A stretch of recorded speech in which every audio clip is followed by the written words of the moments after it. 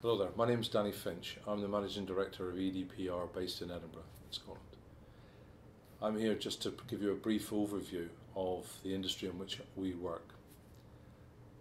To start with, electricity is something that we all take for granted. An uninterrupted supply of energy is absolutely fundamental for the economic and social well-being of individuals, communities and the nation as a whole. However, going forward we face a number of stark choices and challenges. In the UK, much of our generation infrastructure is approaching the end of its life and will come offline over the next decade.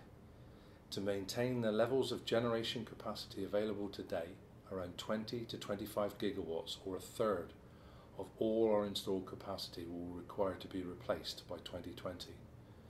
Like-for-like replacement is just simply not an option. When much of our existing generation infrastructure was built 30 to 40 years ago, fossil fuel prices were low. Britain was self-sufficient in coal, we had our own natural gas reserves coming online, and global warming hadn't even been heard of. Now our primary supplies of energy are very different. We are now a net importer of both coal and gas. Another social aspect of this problem is that consumer energy bills are testament to the fluctuations in global gas markets. The issue of climate change and the need to reduce greenhouse gas production has emerged as one of the main political challenges of our time. But overall, we need to keep the lights on, and this is what the new generation capacity is all about. To address global warming, that technology requires to be low carbon dioxide and other greenhouse gas emissions. To deliver energy security and to insulate consumers from wholesale fossil fuel prices, we require to reduce dependence on that imported gas. In a nutshell, we don't want to rely on others, oil or gas. We need to be self-sufficient if we can be. The investment in new infrastructure must deliver energy at a competitive price. Decisions need to be taken now about what sort of infrastructure we need to build in order to balance those requirements. Conventional renewable technologies such as hydro and wind are well proven, but both of these require a lot of land, and finding new sites is becoming ever more challenging. Wave and tidal technologies offer the prospect of predictable and reliable power. However, their technologies are not yet ready for commercial scale deployment. Finally, my area, offshore wind generation. It locates the proven technology of wind generation in the seas around our coastline, where there is much more space for development and a better wind resource to generate more power. Okay, so to give you a few ideas, to give you a bit of stimulation with regard to potential innovations, our sites that we're developing in the north of Scotland are just one of literally dozens, hundreds of sites, dozens in the UK but hundreds worldwide. And some of the challenges that we faced during the consenting process include navigation. How are the vessels going to operate around the wind farm? Shipping.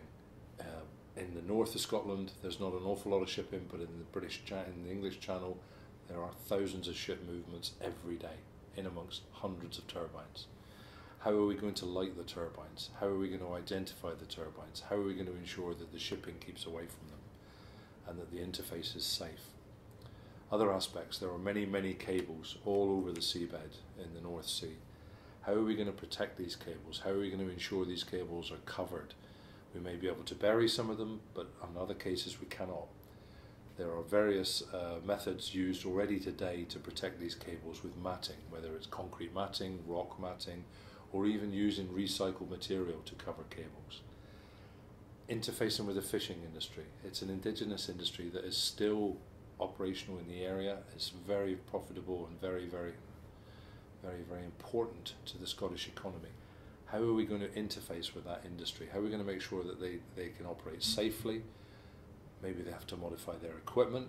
Maybe we have to modify the way we install our turbines so that the two industries can coexist. Animals. We have to interface with birds, with mammals, with fish. All these aspects of the natural environment will be working alongside us and living and coexisting alongside us. Things like, how do we detect where the mammals are? How do we discourage the mammals from coming too close during the construction phase? but how do we encourage them back during the operations phase?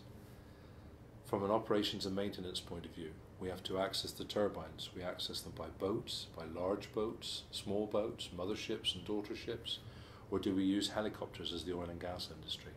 If we're going to be flying helicopters in amongst the turbines, how do we do that safely? There are many, many areas that need to be investigated. There's a massive scope for innovation, and it's really up to you now to go forward.